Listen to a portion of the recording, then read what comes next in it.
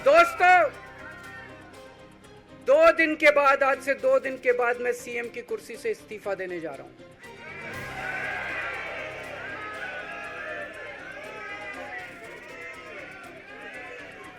और मैं तब तक सीएम की कुर्सी पे नहीं बैठूंगा जब तक जनता अपना फैसला ना सुना दे।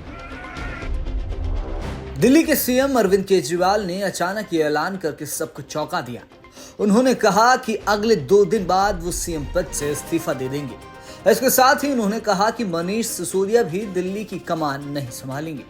ऐसे में सवाल ये उठ रहा है कि आखिर कौन होगा दिल्ली का नया मुख्यमंत्री। सबसे पहले सीएम अरविंद केजरीवाल का वो पूरा बयान सुनिए। दोस्तों, 2 दिन के बाद, आज से 2 दिन के बाद मैं सीएम की कुर्सी से इस्तीफा देने जा रहा हूं।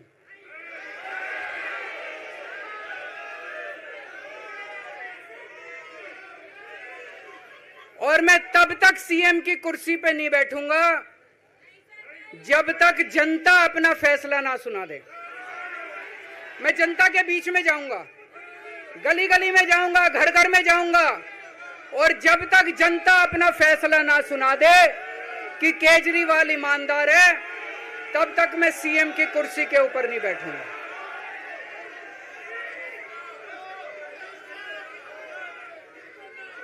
आज से कुछ महीने बाद चुनाव है, दिल्ली के चुनाव है।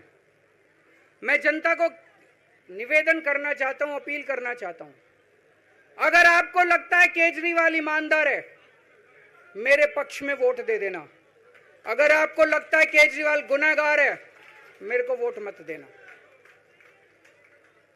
आप अगर मेरे को, अगर आपका एक एक वोट मेरी ईमानदारी का सर्टिफिकेट होगा। अगर आप मेरे को वोट देके जिताओगे और अगर आप कहोगे कि केजरीवाल ईमानदार है, तो चुनाव के बाद, उसके बाद जाके मैं सीएम की कुर्सी पे बैठूंगा। तब तक मैं सीएम की कुर्सी पे नहीं बैठूंगा। सीएम केजरीवाल के इस्तीफे के ऐलान के बाद अब दिल्ली की कुर्सी कौन संभालेगा, ये हर कोई जानना चाहता है। सिसोदिया के अलावा आम आदमी पार्टी के कुछ ऐसे बड़े नाम हैं जिनमें से किसी एक को सीएम की कुर्सी पर बैठाने का ऐलान किया जा सकता है। इनमें सीएम केजरीवाल की पत्नी सुनीता केजरीवाल, मंत्री आतिशी मारलेना, सौरभ भारद्वाज, राघव चड्ढा और गोपाल राय है। जानकार ये भी कह रहे हैं कि आतिशी मारलेना को कुछ महीने के लिए दिल्ली का नया सीएम बनाया जा सकता है। अब देखना होगा कि नामों में से किसे अगले कुछ महीनों के लिए दिल्ली की कमान सौंपी जाती है। इसके साथ ही केजरीवाल ने दिल्ली में समय से पहले विधानसभा चुनाव कराने की मांग की है। उन्होंने कहा है कि जब तक जनता फैसला नहीं सुना देती कि केजरीवाल ईमानदार है, तब तक वे मुख्यमंत्री पद पर नहीं बैठेंगे।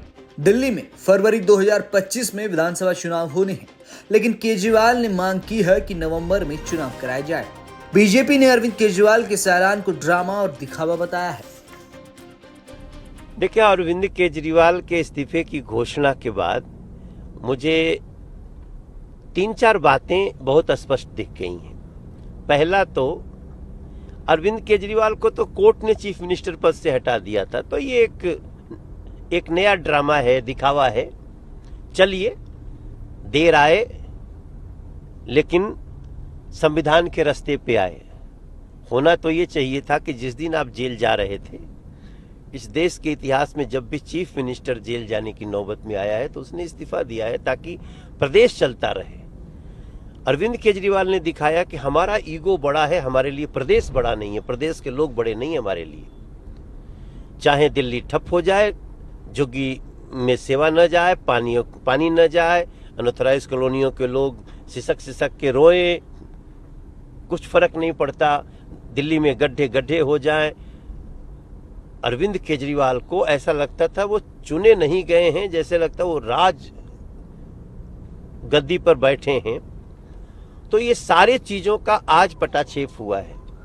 चलो 2 दिन बाद इस्तीफा होगा, लेकिन ये संविधान की बहुत बड़ी जीत हुई है।